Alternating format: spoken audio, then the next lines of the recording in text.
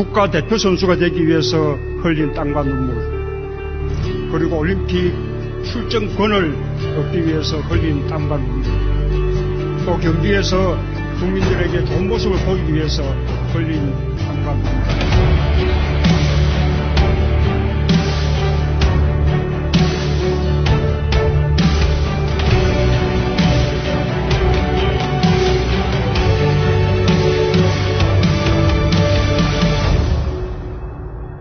그 최선을 다하는 모습이 바로 금메달입니다. 국민들께서는 그런 모습을 보면서 감동을 느끼고 함께 기뻐할 것입니다.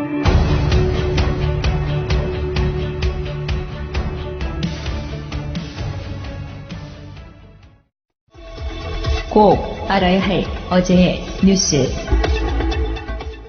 현재 다스의 최대 주주인 이명박 전 대통령의 형 이상은 씨는 1987년 다스의 전신인 대부기공이 설립될 당시만 해도 지분이 전혀 없었습니다. 이 씨는 1995년 서류상 절반을 소유하고 있던 도곡동 땅을 판 뒤에야 다스 지분을 갖게 됩니다. 매각 대금 130억 원 가운데 7억 9천만 원으로 유상증자에 참여한 겁니다. 이 씨는 같은 해 이 전 대통령의 처남인 고 김재정 씨의 지분 일부도 인수해 전체 지분의 35.44%를 가지게 됐습니다. 당시 가지급금 변제, 즉 회사에 채무를 갚는 형태로 다스에 10억 원을 더 넣었는데 그 역시 도곡동 땅 매각 대금으로 알려졌습니다. 이후 1999년 이 씨는 다스 지분을 11%가량 더 확보했고 현재는 47%의 지분을 가진 최대 주주가 된 겁니다. 이런 일련의 과정은 지난 2007년 검찰과 2008년 BBK 특검 수사 과정에서 밝혀진 내용으로 결국 도곡동 땅 매각 대금이 다스 소유의 종잣돈이 된 셈입니다. 이런 이유로 검찰은 다스 실소유주 규명을 위해 이 전 대통령의 차명 재산으로 의심되는 대상 가운데 도곡동 땅의 주인 찾기에 집중해왔습니다. 검찰 관계자는 도곡동 땅과 다스는 동전의 양면 같은 관계였다며 향후 수사를 통해 다스가 이 전 대통령 소유라는 결론을 보강해 나가겠다고 밝혔습니다. 이명박 전 대통령이 다스의 실소유주라고 해도 이 사실 자체로 검찰이 이 전 대통령을 처벌하는 건 불가능합니다. 하지만 실소유주 위치에 서는 순간 여러 혐의를 동시에 받게 됩니다. 먼저 서울 동부지검 다스 수사팀이 살펴보고 있는 비자금 120억 원 조성 의혹입니다. 이 120억 원이 회사 차원에서 조성된 비자금이라면 다스 실소유주로서 횡령과 탈세 등의 혐의를 피하기 어려워 보입니다. 다스가 BBK에 투자한 140억 원을 돌려받기 위한 과정도 문제가 될 수 있습니다. 미국 법원에 제기한 소송에 공무원 신분인 청와대 직원과 LA 총영사 등이 개입했는데 직권 남용 혐의가 적용될 가능성이 있습니다. 현직 대통령이 자신이 소유한 회사의 이익을 위해 공적 조직을 동원했기 때문입니다. 2007년 대선 후보로 공직자 재산 등록을 할 때 다스 지분을 빼놓은 건 공직자윤리법 위반이지만 이건 공소시효가 지났습니다. 무엇보다 다스가 이 전 대통령 소유로 최종 확인된다면 2007년 대선 과정부터 최근까지 국민을 속여왔다는 정치적, 도의적 책임을 가장 무겁게 져야 할 상황입니다. 검찰은 이번 수사를 통해 지금까지 알려지지 않은 이명박 전 대통령의 차명 재산이 더 있는지 하나하나 규명해 간다는 계획입니다. 안미연 검사의 강원랜드 채용비리 사건 외압 폭로에 대해 외압은 없었다고 발뺌하던 검찰이 특임검사 임명보다 한 발짝 더 나아가 독립적인 별도 수사단을 꾸리는 고강도 대책을 내놨습니다. 이번 수사단은 양부남 광주지검장이 단장을 맡고 차장검사와 부장검사 각 1명, 수사검사 5명으로 구성됩니다. 외압 의혹을 받고 있는 춘천지검은 수사에서 배제됩니다. 수사단은 춘천지검이 진행해오던 채용비리 사건 일체를 넘겨받아 수사하는 동시에 권성동 의원과 전직 고검장의 외압 의혹도 전면 수사하겠다고 밝혔습니다. 외압을 행사한 당사자로 지목된 권성동 의원이 수사 대상임을 못 박은 겁니다. 수사단은 활동 기간은 따로 정하지 않고 의혹이 완전히 해소됐다고 판단될 때까지 활동을 이어나가기로 했습니다.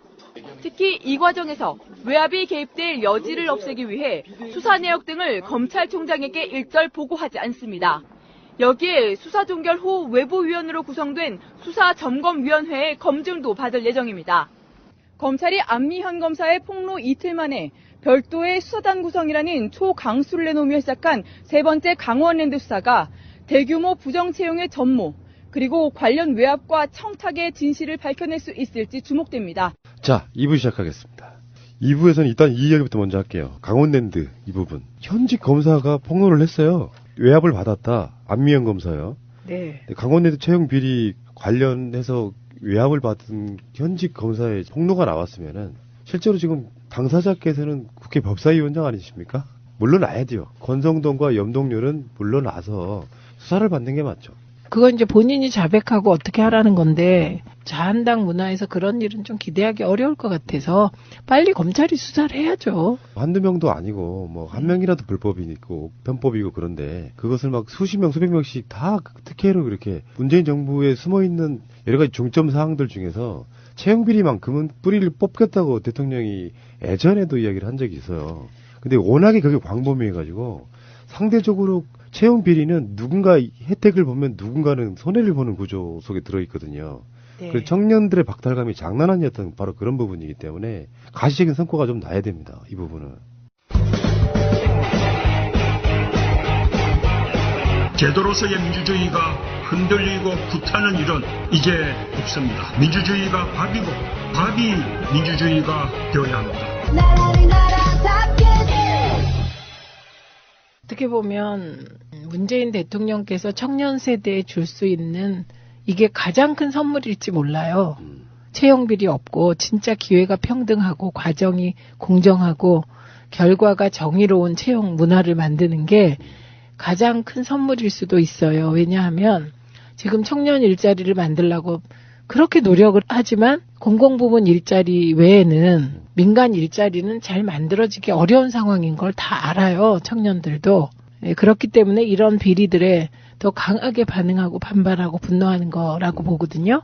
그러니까 일자리를 만드는 거는 공공부문 일자리 외에 다른 일자리는 시간이 걸릴 수도 있어요.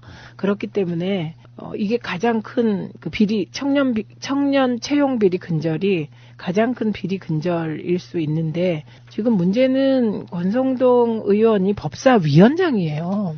엄청난 권력이죠, 그거는. 예, 법사위원장이 검찰이 그 국감 대상이거든요.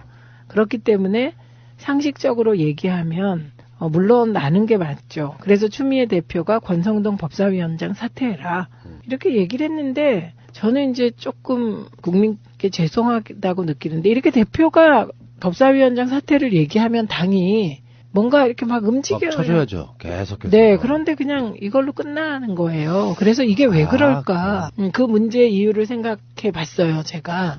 그 혹시 아세요? 정청래 의원이요. 19대 때는 언론에 대한 문제 제기 하나도 안 했어요. 그게요, 17대 때 언론에 정말 철저히 싸웠거든요. 그랬다 결국은 언론의 복수로 18대 때 떨어졌어요. 그렇죠. 정청래 의원이. 그 반면교사 때문인지 19대 때 들어와서 언론에 대한 문제 제기를 거의 안 했어요.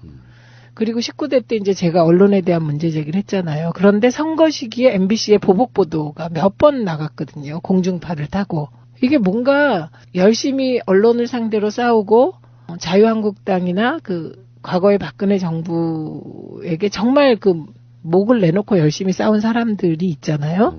그 사람들이 그렇게 잘 되지를 않는 거죠. 정청래 의원도 결국 공천도 못 받았잖아요. 그래서 그 우리들이 이런 잘못 때문에 이게 반면교사가 돼서 그런 생각이 들 정도로 지금 정치인들이 안 움직이고 있다. 그러니까 추미애 대표 조심하는 거지 뭐. 적어도 당 대표가 이 정도로 나오면 법사위가 막 시끄러워야 되지 않나요?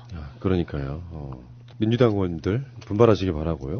어쨌건 그 안미연 검사가 작년 2월에 강원랜드 채용비리 사건을 인계받았는데 당시에 춘천지검장이 사건 종결을 지시하고 재판 과정에서 연루 의혹이 있는 권성동 자유한국당 의원의 이름을 빼라고 지속적으로 압력을 행사했다 이런 건데 아주 구체적으로 진술을 했어요. 권성동이 직접 안미연 검사에게 압력 행사하지는 않았겠죠. 그렇죠. 그러니까 그 부분은 자기는 뭐 압력 행사한 적 없다 그러는데 그 관련해서 사실 그 구조는 뻔한 거 아니겠습니까? 그런데 이제 문화방송이 그 보도를 했잖아요. 보도를 하고 나서 화제가 되고 다시 클릭해보니 그 보도를 지웠더군요.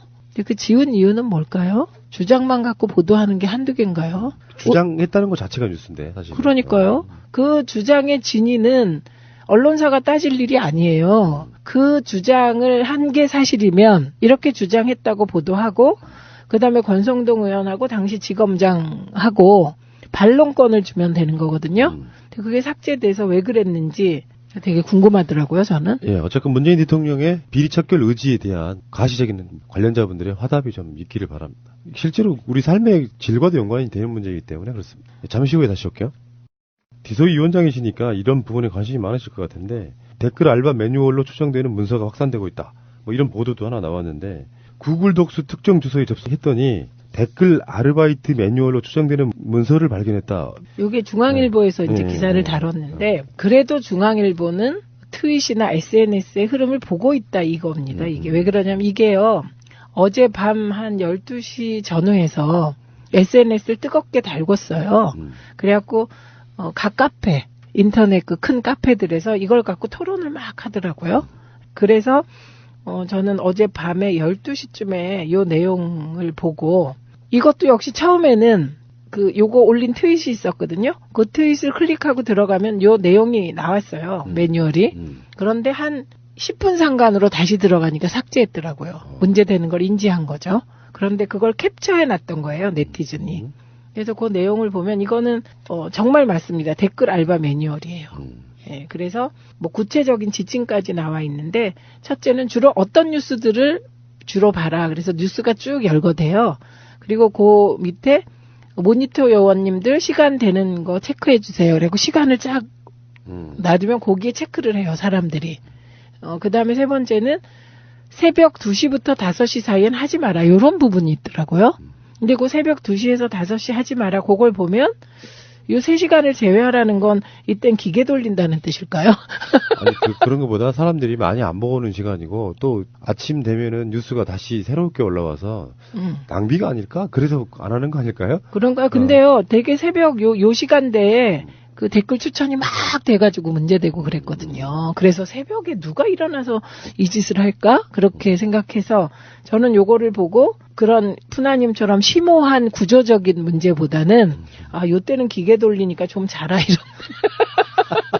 지하 벙커 같은 데서 막 햄버거 먹으면서 담배 피우면서 수염은 길고 있는 그런 세력들이 머릿속에 상상이 되네요. 그리고 잠깐 쪽잠 자고.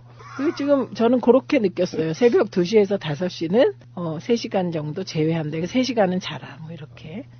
그래갖고 이들이 주로 출몰하는 곳이 네이버하고 다음이라는 거 아니에요? 그래서 새로 고침을 계속해라. 그러면서 봐라. 이런 얘기이고.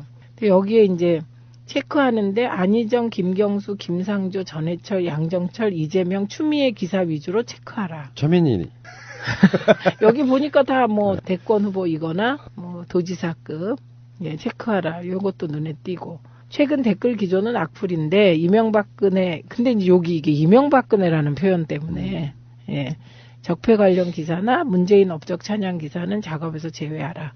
정부를 공격하기 쉬운 북한, 평창, 최저임금, 가상화폐 기사를 위주로 악플 공략을 하고 있다며 관련 기사도 가져와 달라. 뭐 이렇게 됐는데 여기 보면 좌표 찍힌 기사를 올리고 댓글을 달아달라고 부탁하고 뭐 이런 거 하고 있는데요.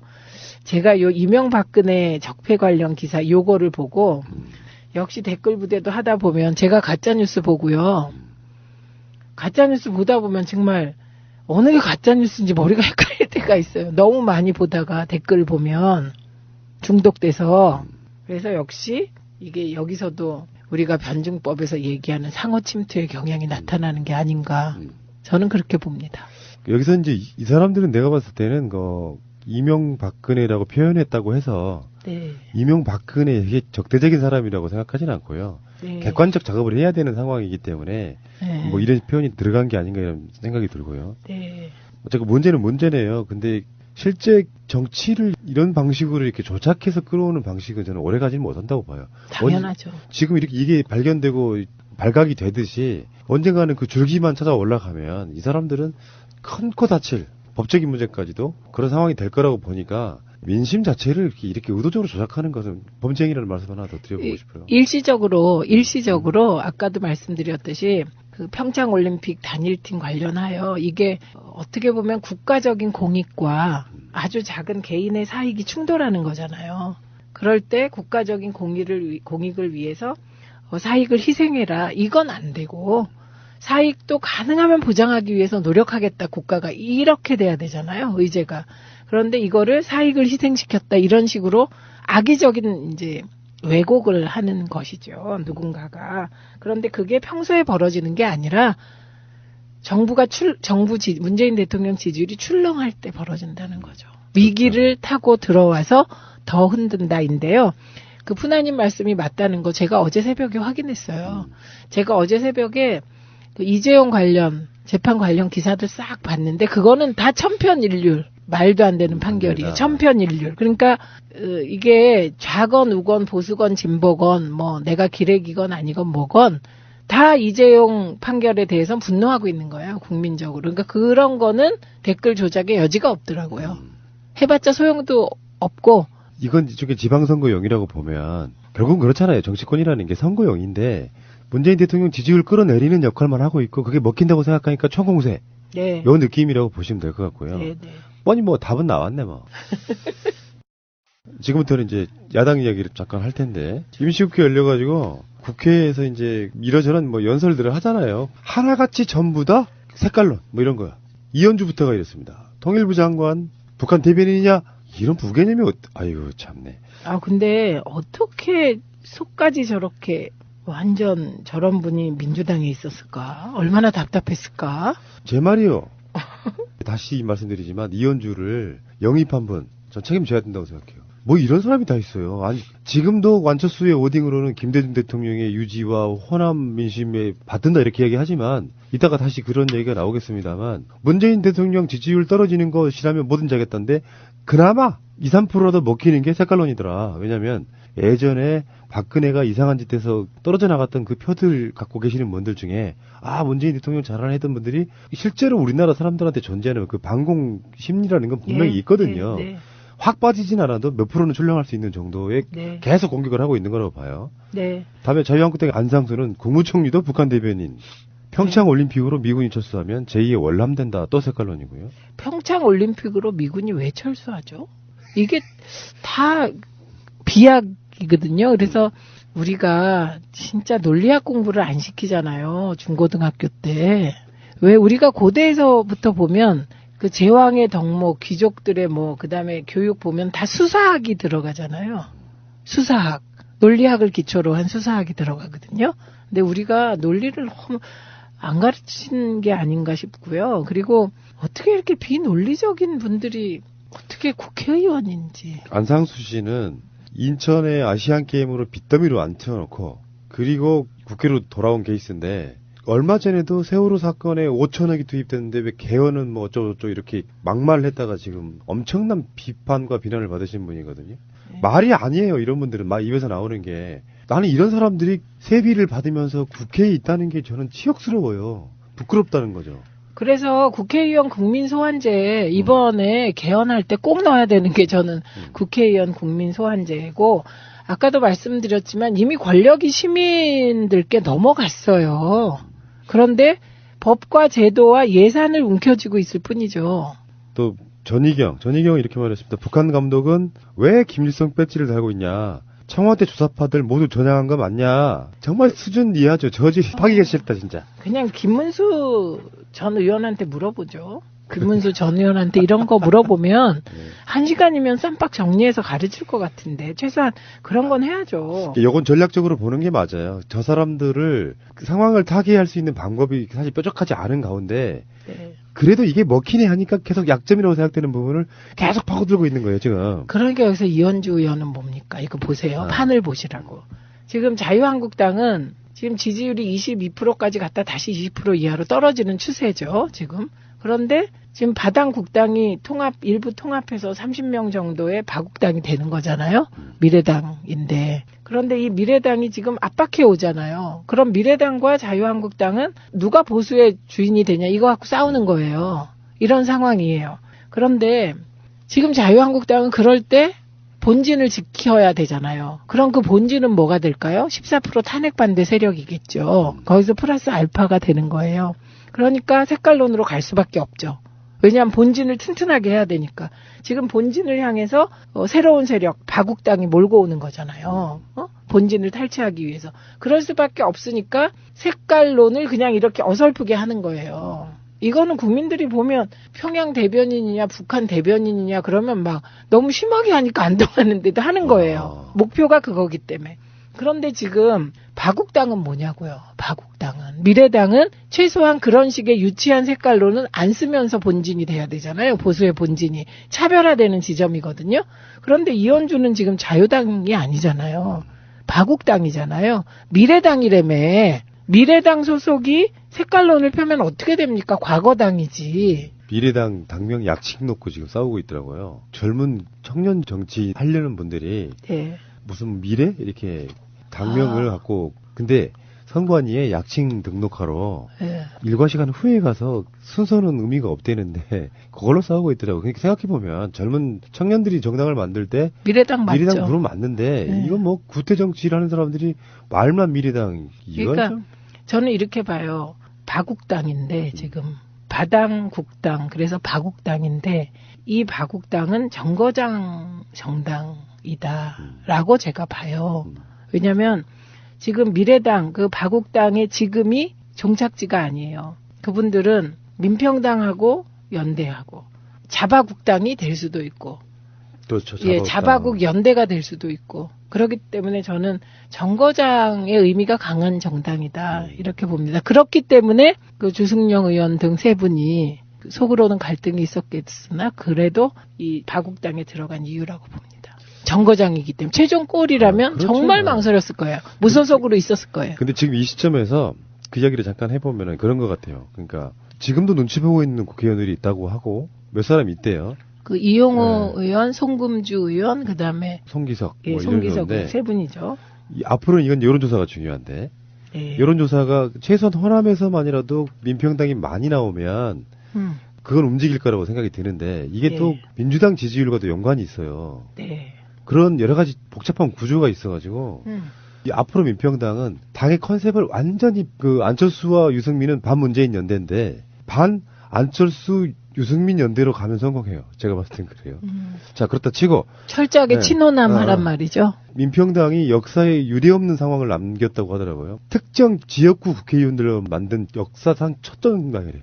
아, 그러니까 어떤 지역, 뭐 자민련 등의 어떤 네, 지역 네. 정당도 수도권이라든 이런 의원들이 있었는데 놀랍게도 15명이 전부 다 호남의 지역구를 둔 분들. 놀랍지 않습니까? 자, 이야기가 좀 나온 김에 그러면은 그 색깔론도 이야기 나와서 그래서 그중에 대표적으로 좀 문제되는 인물이 저는 안철수라고 봐요. 예. 왜 그러냐면 박근혜 정권 중간 즈음에 총선을 해서 국민이 이 세력은 정말 정치를 못한다라고 뒤집어줬어요. 네. 그래서 대참패라고 할 만한 정도.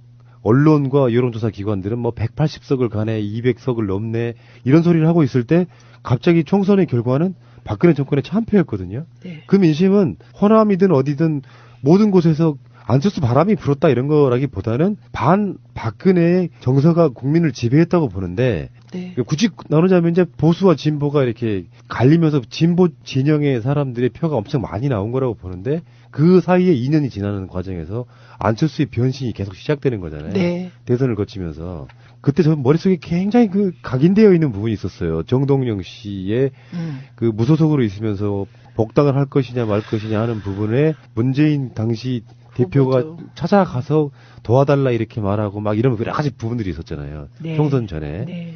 근데 안철수가 가서 정동영을 어떻게 꼬셔내면서 지금 방송 들으시는 분들 입장에서는 정동영이 뭐 이렇게 하실지 모르겠는데 호남 정서는 약간 좀 다른 부분이 있어요. 그러니까 대선과 후보까지 지낸 그 야권에 있어 정통 세력의 대선 후보까지 지낸 사람이라 망가져 가도 어느 정도 상징성은 갖고 있단 말이에요. 특히 전북 같은 데서는. 예, 그리고 이런 면이 있는 겁니다. 그때 우리가 벌써 까먹어서 그런데 문재인 대통령 지지율이 너무 높다 보니 까먹어서 그런데 그때 상황은 친문 패권으로 반문 세력이 문재인 대표나 후보를 너무나 흔들 때예요. 그렇죠. 그래서 너무나 흔들 때고 그때 어떤 논리가 있었냐면 왜 문재인 주변에 있는 사람들은 다 떨어져 나가냐. 이런 말도 안 되는 논리로까지 흔들 때예요.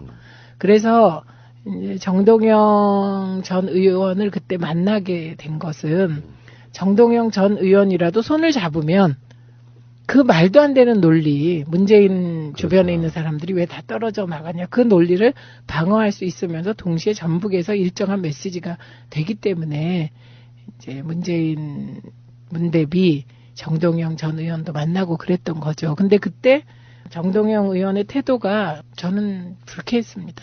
굉장히 간을 본 거죠. 뭐. 네, 불쾌했고 태도도 되게 약간 거만한 느낌 그런 게 있었습니다. 참.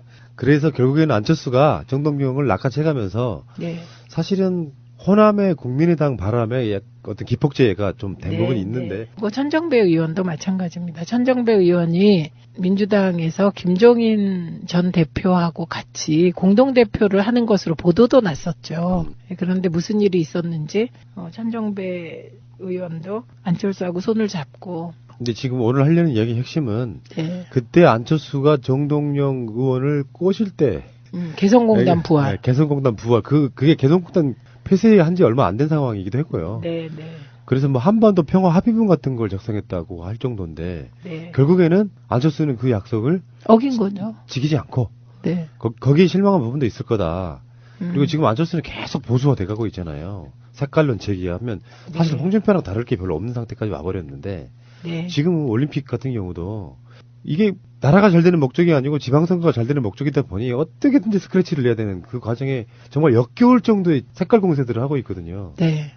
거기에 바국당도 동조하고 있는 거죠. 그래서 바국당 보니까 이현주 의원뿐만 아니라 이학재 의원까지 가세해서 주사파 논쟁에 뛰어들었네요. 이런 것들이 다 자바국당으로 하나가 되는 그 과정으로 볼 수 있는 거죠. 이게 사실은 굉장히 중요한 그 석담을 하나 말씀드리고 싶은데 엄발에 오줌 누기인데 엄발에 오줌을 누면 일시적으로 발은 따뜻한데요. 나중에 발이 더 얼어요. 여기 그런 거거든. 지지율이 조금 빠진다고 하니까 신나서 지금 색깔로 막 제기해. 그래서 한 2, 3% 빠져. 근데 그걸로 끝인데 선거용으로는 안 돼요. 그러니까 자기들이 새로운 콘텐츠를 개발하는 것도 아니고 계속 색깔로는 이게 먹히는 부분이 있다는 것은 범국민적으로 흔들리는 게 아니고 정말 일부의 그 세뇌되어 있는 고정관념화되어 있는 분들한테만 먹히는 부분이잖아요. 그 전략으로는 가장 하수에 가까운 거예요. 그렇죠. 그러니까 이건 어떤 때 쓰는 거냐면요. 사면 초과의 상황에서 안 죽고 살아남기 위해서 쓰는, 그렇죠. 궁지에 몰린 쥐가 쓰는 거죠. 제가 MB의 아바타입니까? 아니면 아니라고 본인이 해명하십시오. DJ 하면 남북 평화라고 볼 수 있는 것이고 물론 노무현 대통령도 마찬가지입니다만 그런데 저번에 기억들 나실 거예요. 얼마 안 지났으니까 박주원 최고위원이라는 사람이 DJ 비자금을 제보했던 사람으로 알려지면서 그 당시에 당원권 정지 뭐 이런 것이 됐었거든요. 네. 근데 바로 최근에 국민의당이 박주원의 당원권을 회복해줘요. 그거 왜 그럴까요? 저 이거 되게 이상했어요. 이유가 굳이 이 시점에 그 문제가 많았던 박주원을 당원권 정지했던 걸 풀어줬다. 이것은 호남과의 결별이죠. 일단 겉으로 드러나는 건 다른 부분인 것 같고 안철수 입장에서도 새 당을 만들어야 되는 어떤 상황들 속에 당원권을 정지시켜 놓으면 박주원 같은 사람들을 긴하게 쓴다라든가 여러 가지 조건에서 서로 간의 유착 관계가 아니면 이건 불가능하다고 보거든요. 겉으로는 화를 내는 척 했지만 사실은 당이 어수선한 가운데 자연스럽게 어떤 당원권 정지를 풀어줘야만 새 당으로 옮겨갈 때 있어가지고 걸림돌이 없을 것이다라는 뭐 뭔가가 있겠죠. 근데 이렇게 진정성 없는 사람들이 있어요. 아주 우롱당한 느낌이에요. 제가 우롱당한 느낌이고 그다음에 DJ를 우롱한 느낌이 들어요. 너무해요. 쉴드가 이런 거였어요. 박주원에 대한 그 의혹이 제기됐을 때 저쪽 민평당의 음모적 성격도 있었다고 판단했대요. 이게 국민의당 윤리심판원 중에 한 사람이 한 이야기예요. 와. 사실은 그때는 탈당 이야기가 나오지도 않을 때거든요, 사실은. 그러네요. 참 웃긴 사람들이고 네. 확실히 끝났다고 보는 게 맞을 것 같습니다. 그러니까 지금 미래당이 국민의당일 때도 호남에서 지지율이 거의 10% 미만이었던 정도에 비춰보면 사실은 이제 자유한국당보다 자유한국당 그래도 기반이라도 있어요. 오랜 시간 동안 정당하던 사람들이라 저 어렸을 때는 소선 국회의자가 아니어가지고요. 그 당시에 민정당 국회의원 한 명, 야당 국회의원 한 명 뽑히던 시절도 있었기 때문에 그리고 현실적으로 이정현이라든지 이런 사람들이 2명이나 뽑혔잖아요. 네. 자유한국당이 이제 호남에서. 그런 걸 보면 자유한국당보다도 못한 정도로 지역 기반이 완전히 사라진 상태에서 이 사람들은 분명히 미화가 돼요. 정치적으로.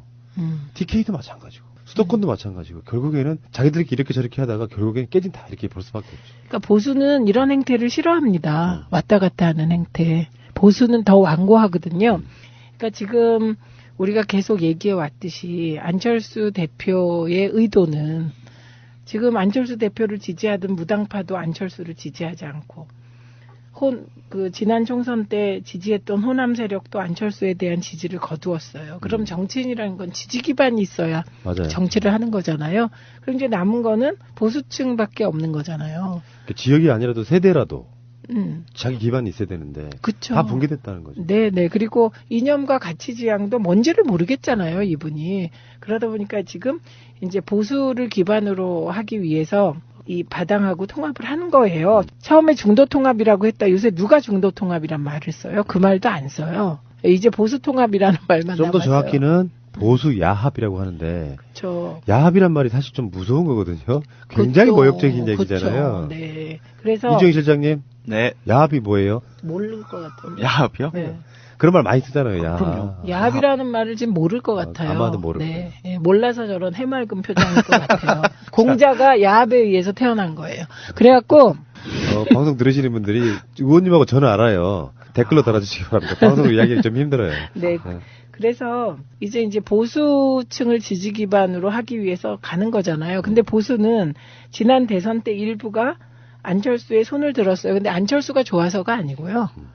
문재인이 되는 걸 막기 위해서 손을 들어줬는데 그 보수는 이렇게 박주원 같이 공작적인 일을 한 사람을 당원권 정지시켰다가 바로 풀어주고 이런 걸 싫어해요. 그러니까. 네, 그러니까 지금 그러니까 보수의 마음을 사로잡으려면 또 그 보수를 이해해야 되거든요. 저는 보수를 잘 이해해요. 왜? 우리 아버지 보수, 우리 가족 다 보수. 저만 이러고 있는 거거든요. 그래갖고 제가 지금까지 살아오면서 정말 지난한 투쟁의 역사를 집안에서 잘 이해해요.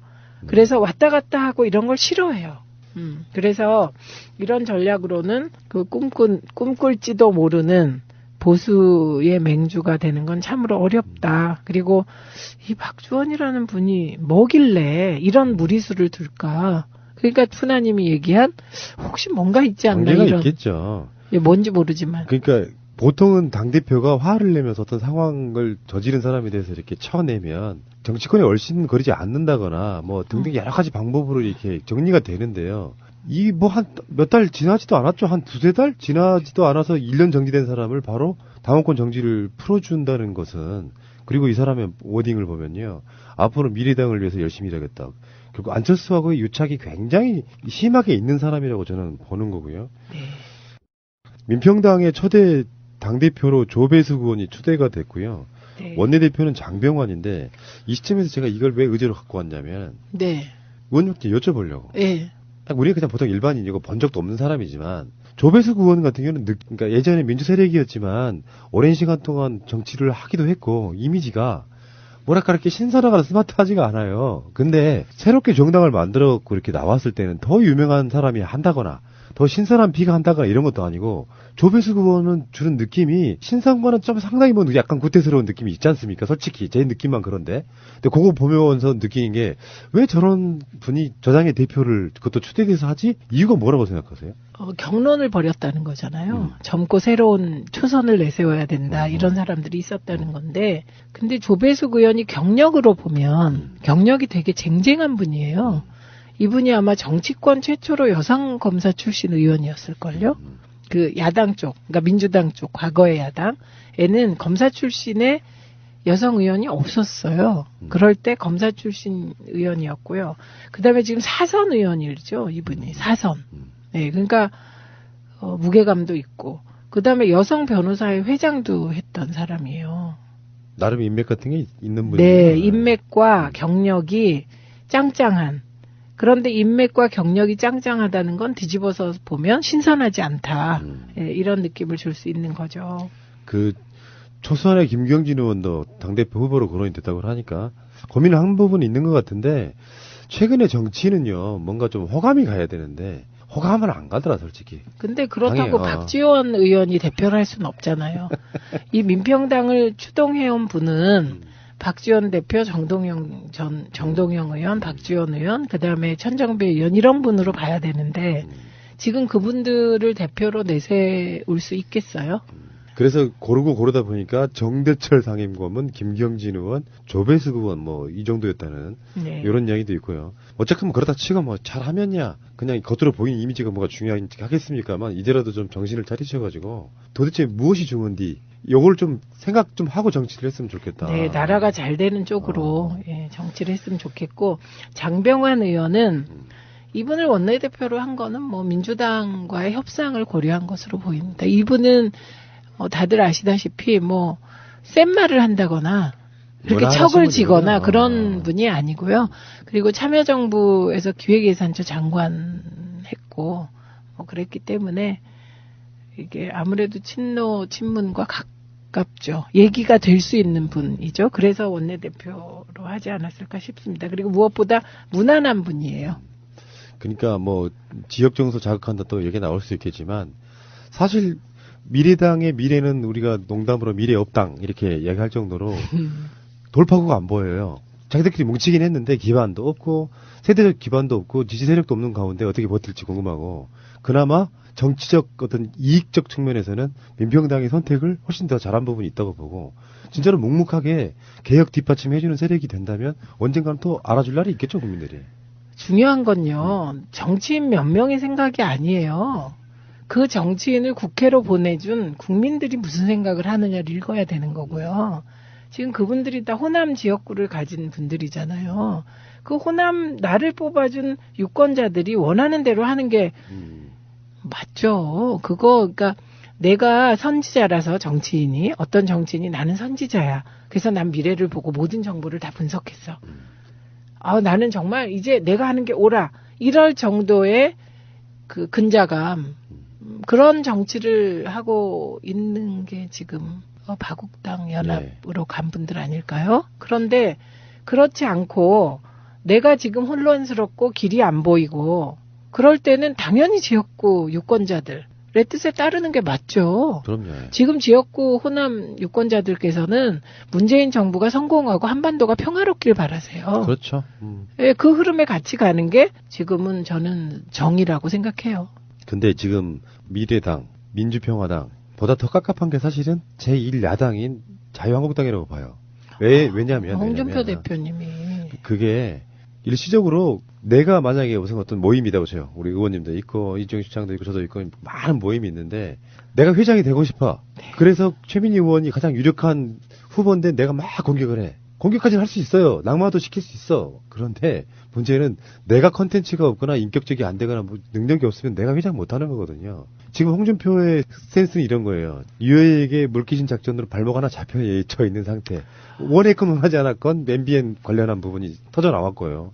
대처하는 방식을 보면 제가 홍준표 연구를 요즘에 해서 다시 특별방송을 한번 하려고 그러는데 그중에 내용 중에 홍준표의 심리 연구 같은 건데 계속 몰려있는 상태에서 막 싸지르다 보니까 가짜뉴스 생산하고 사실 네가 더 거짓말쟁이잖아 뭐 이런 식의 비난도 받는 상태. 그 과정에서 자기가 당의 주류가 아니기 때문에 전체적인 큰 틀에서는 주류가 아니었던 출신이기 때문에 당의 구성원들에게 협박 정치로 가요. 네. 그러니까 그게 열등감의 발현 같은 거거든요. 더 세게 나가는 게. 그런 과정 속에 밑바닥에서는 홍준표 저 사람으로는 우리 대표하기 좀 부끄러워 이런 정서가 있는 상태. 네, 그리고 홍준표 대표는 지금 자유한국당이 보수당이잖아요. 보수당. 그럼 보수당의 정당이 해야 되는 태도가 있어요. 이게 누가 제일 그 보수당에 맞았냐? 이회창. 예, 전 후보. 그 다음에 박근혜 대통령이 대통령 되기 전에 그 아주 보수에 맞는 캐릭터를 갖고 있었습니다. 우선 보수 쪽은 첫째 말이 많으면 안 돼요. 그러니까 우리나라의 정통적인 그 보수의 정서 중에 하나는 남자가 말이 많으면 좁쌀 같다 이런 정서가 있습니다. 나는 보수는 아니구나.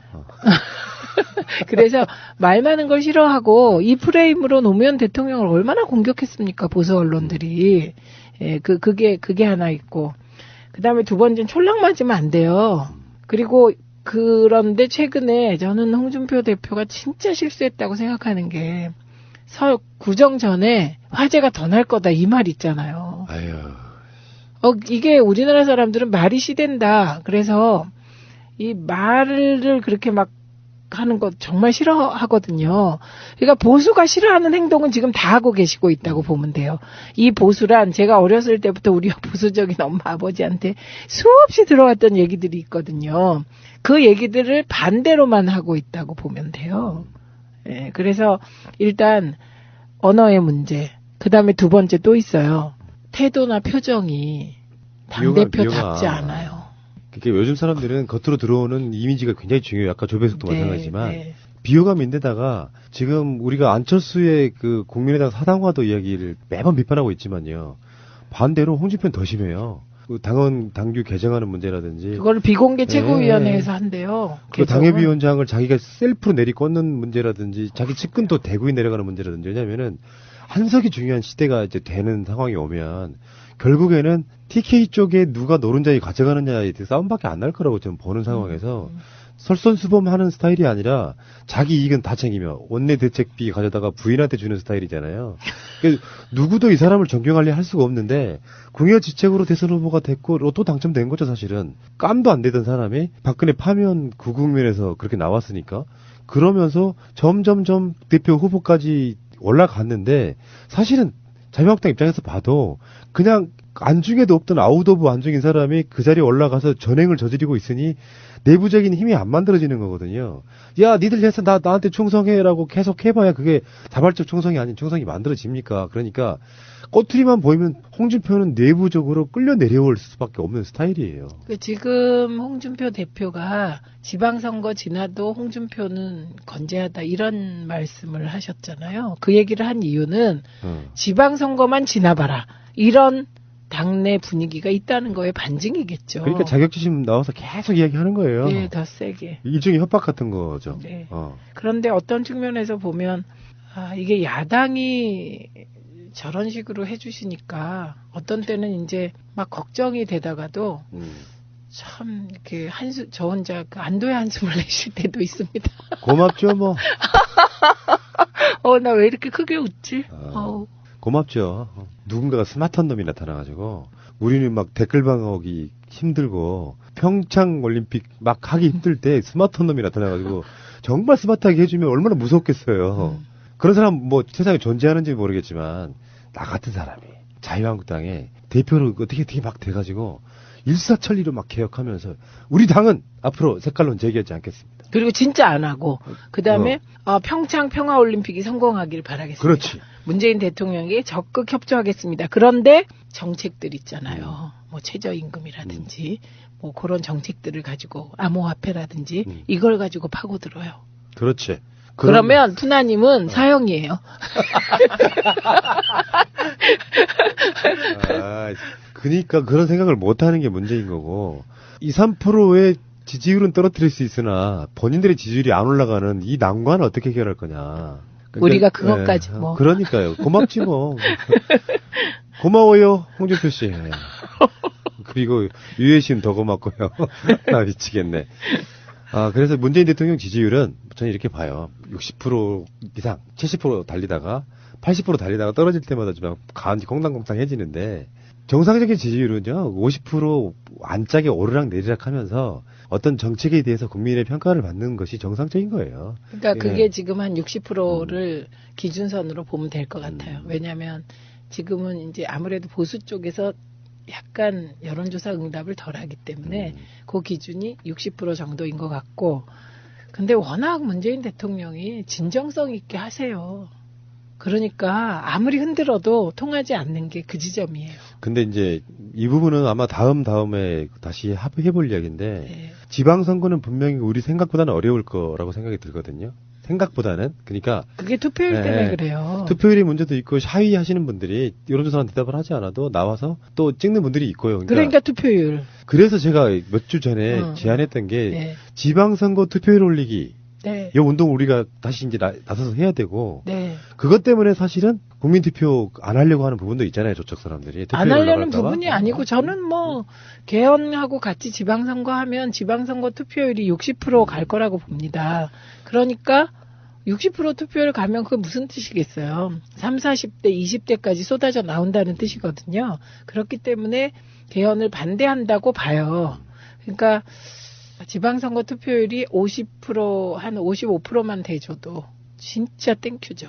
그리고 하나 더 경계할 것은 이제 자유당하고 가국당, 미래업당 두 보수 정당이 지방선거에서 암묵적 연대가 이루어질 가능성이 높아요. 네, 어차피 네. 둘 다 나와서 이쪽 야권 분열이 또 하나가 만들어진 건데 그런 지점에서도 한번 우리가 생각해 볼 필요가 있는데 그 지점은 우리 방송으로 끊임없이 계속 이야기를 할 거고요. 네. 자, 이 시대에 민주당의 석학 디테일 내 마법사 오늘 최민희 의원님과 함께 좋은 시간이었고요. 밖에 나가는 순간 엄청난 냉동고입니다. 조심해서 돌아가십시오. 네, 고맙습니다. 따뜻하게 보내세요. 네, 다음 주에 뵙겠습니다. 고맙습니다. 네. 고맙습니다.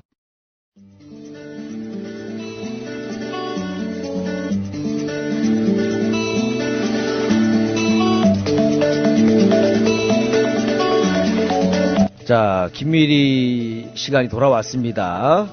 나 껌 좀 씹었다 딱 했을 때 저랑 좀 이미지가 어떻게 좀 어울리진 않는 주제지 않아요?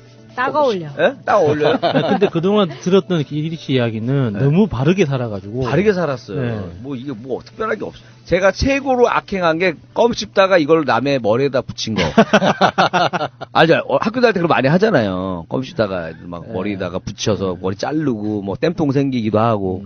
그다음에 뭐 책상 밑에다가 이렇게 의자 밑에다가 붙여놓기도 하고 그래서 막 앉으면 또 껌 붙고. 그러니까 요즘에는 사실 어디 가서 공원 같은 데 가서 이렇게 껌 붙을 일은 없는데 사실 저도 이제 그 껌 씹었다 그래서 잘 생각해 봤어요. 이게 나 좀 놀았다의 또 다른 표현인데 내가 그래도 남들보다 조금 많이 했던 거 중에 좀 어른들의 관점에서 좀 싫어하는 게 뭘까 연구를 했더니 제가 일단 그게 있었어요. 전 고스톱을 좀 빨리 배웠거든요. 중학교 때 배웠어요, 고스톱을. 그게 뭐 빨리 배운 거예요? 아니, 그러니까 미나토는 더 빨리 배웠죠. 초등학교 때 배웠는데 고스톱이라는 장르를. 아니, 그 중학생 정도면은 뭐 포카도 하고 훌라도 네, 하고 네. 뭐 여러 가지 하잖아요. 아니, 그러니까 주변에 많지 않아가지고 저희 때는. 뭐야, 나는 고스톱 아직도 못 쳐. 못 쳐요? 게임 룰을 이해를 못 해. 죄송합니다. 저만 까졌나 보네요. 저는 룰만 알아요. 이게 룰이 생각보다 그러니까 미나토가 굉장히 심플해요. 그러니까 미나토로 입문하시면 돼요. 미나토는 점수로 간단하죠. 하기 때문에 간단해요. 뭐 띠 있는 게 뭐 5점, 뭐 멍따짜리가 10점, 뭐 이런 식으로 뭐 점수로 해갖고 표현했는데 고스톱은 뭔가 좀 다른 영역이었어요. 그러니까 저는 그러니까 중학교 때 친구가 알려줘가지고 그때부터 이제 엄청나게 친 거예요. 그러니까 우리 점 10 쳤거든요. 점 10. 아, 10원? 점 10원.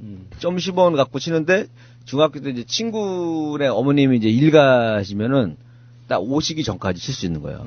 학교 끝나고 딱 가갖고 걔네 집 진짜 가서. 착하다. 네, 걔네 집 가서 우리가 끝나고 가면 한 뭐 4시나 5시 되잖아요. 4시나 5시 되면은 이제 그때부터 막 패를 돌리고 고스톱을 막 쳐요. 그러다가 이제 그 집주인 애가 자기가 따면은 한 7시 되면 야 이제 엄마 올 때 됐으니까 가야 될 것 같다 이렇게 얘기하는데 자기가 일면은 거기서 한 판 치고 밖에 창문을 열어봐요. 엄마 차가 오나 안 오나. 또 하고. 또 열고, 한 번 더 돌려도 되겠다. 또 하고. 이렇게 해서 계속 한 거예요, 중학교 때. 근데 그때 그 친구가 별명이 악마의 하토였어요, 악마의 하토. 굉장히 강력하게, 악마같이 친다 그래서 악마의 하토였고, 저는 이제, 컴퓨터 하토. 왜요? 그냥 저는 딱 그 정확하게, 깔끔하게, 무리하게 안 하고. 노잼. 노잼 이렇게 쳤단 말이에요. 오래 치다 보니까 이제 그거 알아요. 이 고수들은 딱 쳐보면 알아. 하토를 딱 쳐보잖아요. 쳐보는 거 보면은 이 사람 또 쳤던 사람이다. 안 쳤던 사람이다. 요거 좀 알고. 그 다음에 자매품이 요즘에는 많이 들어가요. 아시죠? 몰라요. 쌍피 쳐주는 거 자매품. 몰라요? 하토에 보면 예전에는 막 한 장 정도 2장 이렇게 있었는데 요즘에는 자매품이 막 뭐 5장씩 있어요. 쌍피 쳐주는 거거든요, 그거. 근데 그거 이제, 이거 섞는 것만 봐도 대충 느낌이 오고, 그 다음에 이제 다 안 하세요? 고스톱을? 지금은 안 해요. 지금도 안 하시고. 그래도 룰은 알고 하잖아요. 네. 저는 거의 안 쳐요. 거의 안 치시고. 예, 저는. 저는 그때 엄청 했는데, 고스톱에 좀 빠져드는 게 있어요. 그 당시에 내가 보면, 이제 쓸이라는 게 있어요, 쓸. 딱 2장 남았는데, 내가 쳐서 먹고, 넘겼는데 또 똑같은 그림이 나와. 그러니까 그 판 위에 있는 거 한 방에 싹 가져가는 거야. 싹 가져가고, 싹쓸이죠. 싹 가져가고, 옆에 사람한테 피도 하나씩 받는 거예요. 그때 느낌이 어떤 느낌이냐, 적폐청산하는 느낌. 뭔가 싹 정리하는 그 느낌이. 대통령의 맛. 네, 되게 후련해. 되게 그 기분이 있어요. 고스톱 중에도 굉장히 좀 기분 좋은 거고, 그 다음에 또 쪽이라는 게 있어, 쪽. 이게 내가 바닥에 대서 아무것도 없을 때, 누가 쓰라고 지나가면은 이제 먹을 게 아무것도 없잖아요. 또는 먹을 게 있어도 내가 먹을 게 없을 때는 그냥 내 거를 아무거나 내고 딱 넘겼는데 내가 낸 거랑 똑같은 게 나와. 근데 쪽이라고 그래요. 그럼 그때 이제 약간 좀 이제 내가 신기가 있나 이런 느낌도 받으면서 또 그것도 한 장씩 주는 경우도 있어요. 룰 따라 동네마다 좀 다르긴 한데 하여튼 그것도 그렇고 제일 재밌는 게 그거죠. 제일 고스톱 칠 때 신나는 거는 누가 먹다가 싸놨어. 근데 내가 그걸 갖고 있을 때. 그 기분이 진짜 좋아요. 그러면서, 내 거다. 네, 뭔가 그거 있잖아요. 부모님한테 무슨 큰 재산을 상속받은 느낌이잖아요. 저것만 보고 있으면 흐뭇한 거야. 저것만 보면 바로 피박은 명안하겠구나 하면서, 그때 제가 이제 고스톱을 엄청나게 많이 쳤고, 그러다가 이제 보통은 셋이 쳐요. 셋이 치다가, 막고라는 게 있어요, 막고. 1대1로 좀 다이다이. 그건 온라인으로도 많이 하죠. 네, 온라인도 많이 하잖아요. 다이다이로 치는 게 있어요. 왜냐면 이제 애들이 좀 많아지거나 그러면 보통 4명이 올 때 이제 광팔구리 하는데 5명이 오면은 복잡하잖아요. 그러니까 2명은 막고를 치고 3이 붙어요. 그러니까 1대1로 치는 거예요, 막고. 막고를 치는데 제가 고스톱으로는 처음으로 A골을 했어요. 8번? 고 8번. 네. 이게 어떻게 하냐면 이제 똑같은 그림이 4장 들어오면은 그 총통이라고 그러잖아요. 그래갖고 뭐 기본적으로 돈을 받고 게임을 끝낼 수도 있고 돈을 돈대로 받고 거기서 고를 할 수가 있어. 그래서 그걸 받고 고를 해요. 야, 그거 점당 1,000원씩 했으면은 거의 진짜 엄청 났죠. 도박판이네요, 진짜. 엄청난 거죠. 이거 진짜 막 시원히 느껴요. 몇 배죠, 8이면은? 골 8번. 그러니까 그것도 동네마다 달라서 뭐 기하급 쓰죠. 계속 곱하기 2를 하는 데도 있고 어떤 데는 뭐 쓰리고가 2배잖아요. 뭐 포고 하면 3배로 하는 데도 있고 아니면 계속 곱하기 2로 막 쭉 가는 데도 있고. 곱하기 2를 8번 해도 엄청난 거예요. 엄청난 거예요. 고 8번이니까. 그거는 A고. 계산이 잘 안 돼. 마치 그 일본 여배우 이름 같잖아요. 걔한테 A고 나한테 맞았던 친구가 그 친구입니다. 걔네 집 어머님이 이렇게 오신 친구. 이렇게 그 집에서 하우스를 돌리면 그런 벌을 받는 거예요. 그렇게 해서 이제 늘 젊은 중고등학교 때 시험 때도 쳤으니까 시험 때도 치고 그걸로 이제 즐거운 시간 보내다가 이제 접게 된 계기가 뭐였냐면 잘 치다가 친구가 이제 전화를 한 거예요. 다른 친구가 전화를 한 거예요. 그래서 누구 좀 바꿔주세요. 걔 이름이 해철인데 해철이 좀 바꿔주세요, 어머님. 그랬더니 이제 알았어 하고 걔네 집이 이제 전화기가 2대란 말이에요. 어머니가 이제 해철아 전화 받아 했는데 받은 것 같은 거야. 근데 어머니가 아직 안 끊었는데 야 하트 뚜껑 어쨌냐? 어머니가 들으신 거야. 그동안에는 우리 만나면 맨날 공부하는 줄 알고 그러셨는데 엄청나게 실망을 하면서 그래갖고 이제 그때 한동안 안 하다가 한동안 안 했어요. 걸려가지고 한동안 안 하다가 근데 그 친구도 이제 엄마가 좀 의심을 했다고 그러더라고. 그 엄마가 퇴근해서 이제 확인하던 분 있잖아요. 그 친구가 이제 화토를 어디다 숨겼냐면 집에 방이 2개고 일단 거실이 있으니까 거실에 주로 쳤는데 화토를 예전에 요즘에 이름 바뀌었죠. 예전에로 하면 그 벙어리 장갑 알죠? 그 벙어리 장갑. 그 거기 안에다가 화토를 넣어가지고 화장실 위에 보면 이렇게 문이 이렇게 하나 열려요. 천장이 열려요. 올라가는. 네, 있죠. 그 안에다가 핫토를 훔쳐 튕겨놔요. 다시 닫아놓고. 그게 무슨 미션 임파서블 하듯이 거기서 이렇게 꺼내와. 근데 사실 할 수 있는 건데 너무 못하게 하니까 그게 그렇게. 그렇죠. 몰래 했었죠. 네, 몰래 해야 되니까 숨기는 방법이 기상천외해지는 거 아니에요. 그치. 사실 카드놀이 해도 되는 거잖아요. 해도 되는 거죠. 네. 근데 이제 그때 너무 많이 해서 그런지 모르겠는데. 너무 많이 해요.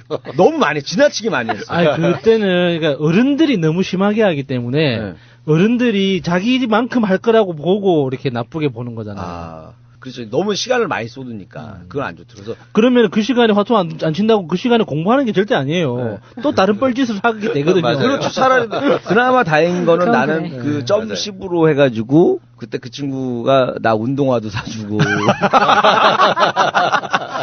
또 샤프도 사주고 그러니까 이걸로 저는 학용품을 샀으니까 벌어서 이렇게 힘들게 벌어서 방법은 안 좋았지만 이렇게 힘들게 벌어서 학용품 사는 거랑 옷 사는 거에다 왜냐면 그 친구는 아파트 살았거든 그 당시에 굉장히 좋은 아파트였어요. 지금도 거기 살았는데 웃긴 거는 그 아파트가 30년 됐는데 지금도 그 아파트 살아요. 예, 불법 하우스를 돌리면 이렇게 벌을 받습니다. 그러니까 걔랑 그때 그 아파트에 사는 한 명 더 있었는데 걔네 집은 이사를 자주 다녔어요. 근데 그 집은 벌었어.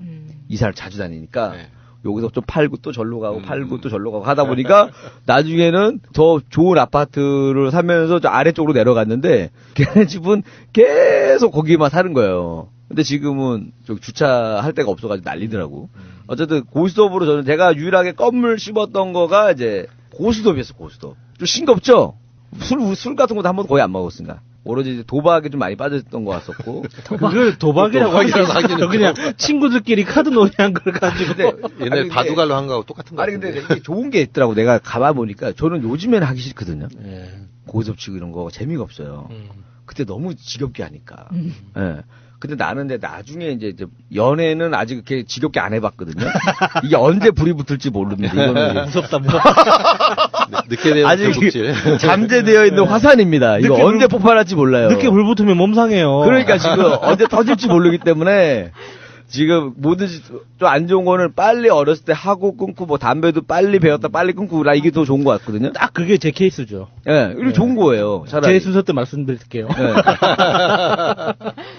자, 그래서 이제 어쨌든 제가 가장 많이 했던 게 이제 고스톱을 쳤을 때 이제 우리가 나름대로 껌 씹었다고 하는 거였는데 그러다가 거길 갔어요. 그러니까 수련회. 왜냐면 우리 친구들 다 착한 애들이거든. 그렇게 이제 아까 어떻게 보면 좀 공부도 좀 어느 정도 하는 친구들이었단 말이에요. 중상위권 애들. 걔네들끼리 공부도 어느 정도 하면서 유일한 취미가 고스톱이었는데 이제 그 학교 놀던 애들 있잖아요. 놀던 애들도 고스톱을 잘 치거든요. 근데 이렇게 칠 일이 없었는데 딱 그 수련회 저기 뭐 경주나 뭐 이런 데 놀러 갈 때 있잖아요. 수학여행 같은 거. 딱 거기 가면 이제 드디어 이제 그게 판이 또 벌어진단 말이에요. 밤에. 그러면 거기 이제 놀던 애들도 막 친단 말이에요. 이게 막 욕 걸쭉하게 하면서 막 거기 스킨병에다가 막 술 담아오면서 마셔가면서 고스톱을 친단 말이에요. 저기서. 그러면 이제 우리 애들도 이제 쪽에서 좀 하다가 이제 그쪽에서 이제 한 명이 올인 난다 그러잖아요. 돈 딱 없으면. 와서 한번 너 쳐라. 와서 쳐서. 이제 우리 친구들이 있다가 개평 몇 천원 주고 이렇게 하라고. 나부로 이제 오라고 그러더라서 제가 이제 걔네들하고 그 개 양아치 애들하고 생양아치 애들이거든. 얘네들이 좀 같이 내가 따도 내가 이 돈을 갖고 나갈 수 있을까? 내가 이거를 어떻게 해야 되지? 따야 되나 이거 어떻게 해야 되나 되게 망설이면서도 안 한다 그러면 또 열받으니까 할 줄 못해 할 수도 없는 상황이잖아요. 치는 거 다 아니까. 그러니까 빠져나갈 수가 없어. 쳐야 돼. 쳐요. 원래 할 때 막 내가 약 올리면서 치거든요. 이렇게 치면서. 구라 치면서. 막 하면서 약 올려서, 쪽이다! 갖고 와! 갖고 와! 갖고 와! 막 하면서 뭐. 점점 열이 받아가는 게 느껴지더라고. 그래서 이제 하다 보니까 내가 좀 많이 붙었어요. 조금씩 따고 있었어. 조금씩 따고 있는 걸. 막 선도 막 그 타짜에 나오잖아요. 제가 선 연속 몇 번 먹었습니까? 뭐 이거 나오지 알죠? 그런 느낌이란 말이에요. 계속 나만 섞고 있고. 그러면서 하면서 저도 미안한 거지. 이제 좀 이뤄줘야겠다. 이렇게 막 마음을 좀 갖고 있는데 이제 안 되겠다. 딱 본전이나 좀만 따고 끝나야지 이게 모두가 평화롭다. 다음 날도 평화롭다 이런 마음이 딱 섞어가지고 패를 딱 까는데. 알죠? 패 깔 때 여기 앞에 깔 때 자매품 있으면 그 쌍피짜리잖아요. 그 선이 가져가거든요. 그게 딱 깔면 되게 미안한데 안 그래도 미안한데 쌍욕을 막 해요. 저 새끼 어쩌고 막 그런 말에 하고 그러면서 그리고 나는 이제 일부러 안 맞기를 원해요. 근데 그렇게 마음을 비웠더니 너무 잘 더 잘 되네. 나 이거 따면 안 되는데라고 생각하니까 그 먹을 때도 그냥 이상한 거 허접한 거 먹는단 말이에요. 근데 넘기면 막 쌍피가 나오고 막 광이 묻고 막 이래요. 하고 엄청 딴 거예요. 걔네가 엄청 따갖고 애들이 이제 표정이 안 좋더라고. 갖고 거의 나를 아침까지 친 거예요. 못 가게. 못 가게. 안 보내주니까. 그런 거죠. 뭐. 그래가지고 갖고 내가 이제 야 그냥 이거 다 돌려주고 나 자면 안 되냐. 야, 뭐라 그랬냐? 더 열받는 거야. 더 자극이 된 거야. 야, 나 무시하냐? 야, 나와. 아유, 막 이렇게 말리고 막. 그래서 방법이 없잖아, 이거. 야, 이거 진짜 내가 큰 거 한번 맞아야지 안 되겠다. 이거 끝나게 한 방에 뭐 올인을 한번 당해줘야겠구나. 이거 안 돼서 진짜 막 이상한 걸 막 먹었어요. 이상한 거 막판에 막 먹고 한 친구가 쓰리고 나고, 그러니까 지네들끼리는 아까 살짝 또 짜고 하더라고요. 나중에 열받으니까. 짜고 해서 쓰리고에 뭐하고 뭐 맞아가지고 그 당시에 좀 비싸게 나왔는데 하여튼 센 거 나와가지고 하여튼 그거 주고 그리고 나서 내가 이제 얼마 안 땄으니까 이제 그거 하고 자 기분 좋게 여기서 끝내자 하고 끝났어. 다행히. 보내줬어요? 네, 보내줬어. 근데 재워주려고 하는데 그때 아침 하루 일과가 시작되잖아. 일어나! 내가 너무 하루 종일 피곤만 하기도 하고, 그러니까, 그다음부터 귀찮게 해요. 걔네들 맨날 치자 그러고, 너무 귀찮아가지고, 이런 거구나, 이게. 고수업 이게 안 좋다. 하고, 그때 이후로는 많이 안 하고 있고, 그거 고수업 이후에 이제 조금 관심 간 게 이제, 당구. 당구 잘 쳐요? 당구 뭐 지금 이제 150 쳐요. 150 치는데 잘 어떻게 증가되는지 모르시죠? 나 몰라. 이게 처음 칠 때 30, 50, 80, 100, 120, 150, 200, 250, 300 뭐 이런 식으로 가요. 이렇게 가는데 그때 이제 당구 한참 중학교 때 많이 배워요. 친구들한테. 예, 중학교 때 가면 당구가 재밌는 게 있어. 빠져드는 게 공 딱 맞아서 딱 맞고 뭐 이런 거는 뭐 기본이지만 제일 재밌는 게 뭐냐면 이게 다른 스포츠랑 다르게 그전에는 탁구란 말이야. 탁구는 신나게 막 땀 흘리고 나서 누가 이기든 간에 돈을 반반씩 나눠서 내고 나가요. 어제 같이 놀았으니까. 근데 당구는 안 그런다. 당구는 물리기란 말이야. 물리기. 너무 착하다 진짜. 네, 우리는 순하죠. 순해. 이게 모범생의 껌 씹은 모습입니다. 물리기를 할 때 가장 그게 스릴 넘치는 게 둘이 딱 남잖아요. 나는 여러 가지가 있는데 당구에서는 그게 제일 스릴 넘치는 것 같아. 막판에 쿠션 딱 칠 때 둘이 남아가지고. 그러니까 이게 모범생들이 이렇게 물리기로 하는 거고 보통은 어떻게 하냐면 큐당 500원을 냅니다. 악축방이요? 예, 큐당. 그러니까 한 번 치면 친 사람한테 돈을 내는 거죠. 플레이어들이. 걔가 맞췄을 때? 예. 그건 3쿠션 할 때만 하는 거 아니야? 3쿠션이 아니요. 알다마도? 그냥 그렇게 돌아가는 거예요. 이거 완전 도박인데. 그 정도는 해야지 좀, 껌 좀 씹고 좀 놀아봤다. 그래서 당구 쳐서 오토바이 한 대 사고, 이런 거지. 얘기 잘 듣는데, 그때 당구 칠 때 껌을 씹으면서 쳤어요. 껌 씹은 얘기 주제니까. 나 당구장에서 담배 피는 거지. 누가 껌을 씹어요? 우리 담배는 아무도 안 필 때고. 그래서 담배 핀 거 그 선배한테 걸려가지고 그 다음날 학교 가서 막 피 터지게 맞고 뭐. 그런 게 없어요. 우리는 당구만 잘 치고 그 다음에 그 매력에 좀 빠져가지고 한동안 우리도 이제 밤 늦게까지 새벽까지 맨날 모여가지고 당구 치고 그 다음에 거기서 맛있는 게 그거잖아 이제 그거 짜장면. 그치 짜장면인데. 그러니까 보통 이제 어떻게 여유가 있는지 없는지를 그거 보면 알아요. 어떻게 보면 당구 칠 때 짜장면이 딱 오잖아요. 그러면은 시간이 가고 있는데 그냥 짜장면 다 먹고 치는 사람들이 있어. 부자야. 부자야. 없는 사람들은 막 먹다가 자기 차례 되면 따라가서 또 치고 왔다. 이거 원래 이건 거예요. 당구장은 돈 내는 게 시간당 노래방처럼? 시간인데 멈출 수가 없어. 한 번 가면 멈추면 게임이 끝나야지만 멈출 수가 있는 거예요. 그러니까는 이제 짜장면을 먹는다는 거 굉장히 돈이 나가고 있는 거란 말이에요. 플레이가 되고 있어요.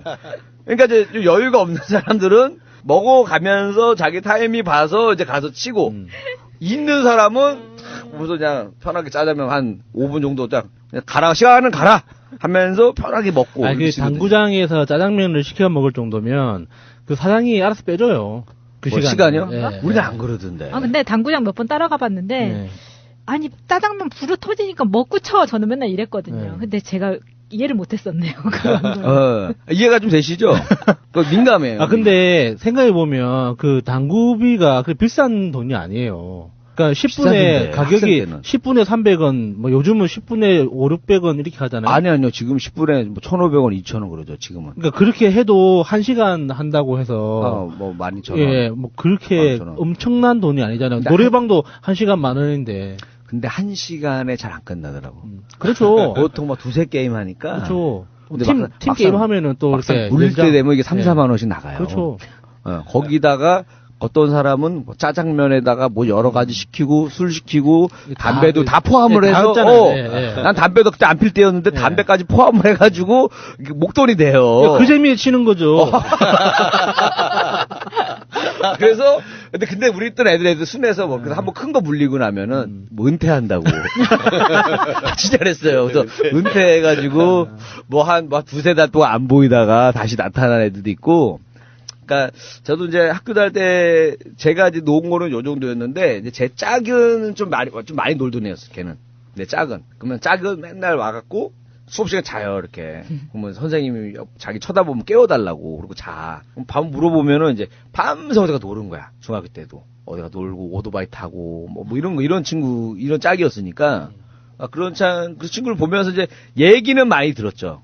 뭐 여자애들하고 어제 뭐하고 놀았다, 뭐하고 놀았다. 그게 중3 때가 가장 심한 것 같아요. 고등학교 가면 좀 덜한데. 그래요? 중학교 때가 좀 안 그렇던데?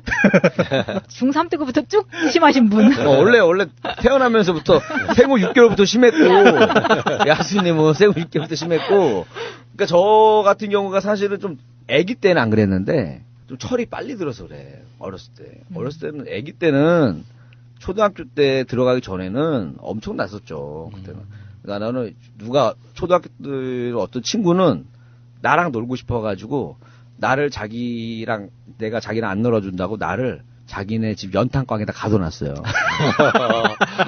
논다고 할 때까지 안 내버려준다. 그런 남자애였는데. 인기 짱인데. 연탄광에서 내가 근데 거짓말을 내 못하니까 놀아준다 하고 나왔다가 내가 딴짓게 하면 되는데 아니야, 난 너랑 놀기 싫어.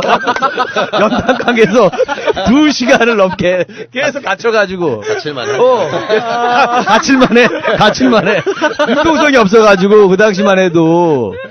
그래가지고, 이제 그런 적도 있었고. 뭔가 치명적인 예력이 있나 보다. 있어. 치명적인 애 몇 명 있었어요. 연탄강에나 가더라고. 그래서, 뭐 그랬던 시절도 있었는데, 엄마한테 어렸을 때 막 놀다가 한번 엄청 심하게 한번 혼나고 나서부터 좀 얌전해진 것 같아요. 엄청하게 한번 심하게 혼나고 그리고 나서 그때 기억나. 그 겨울에 이제 우리 어머니는 이제 그걸로 때렸거든요. 그 당시에 호수줄.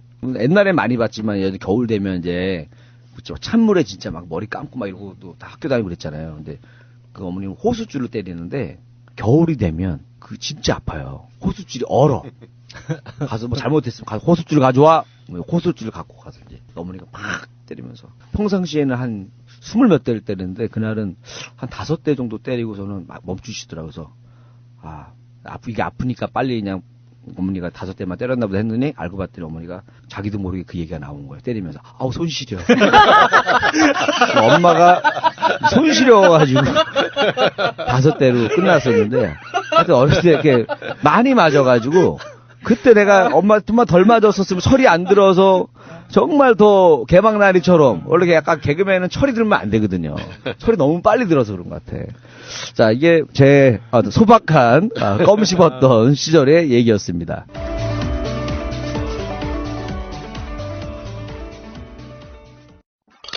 와, 셀카봉 고급스럽다. 엑서리스 셀카봉 몰라? 유희열이 꽃보다 청춘에서 사용해서 화제가 된 그 셀카봉 말이야. 셀카봉이 다 같이 뭐가 달라? 뭐야?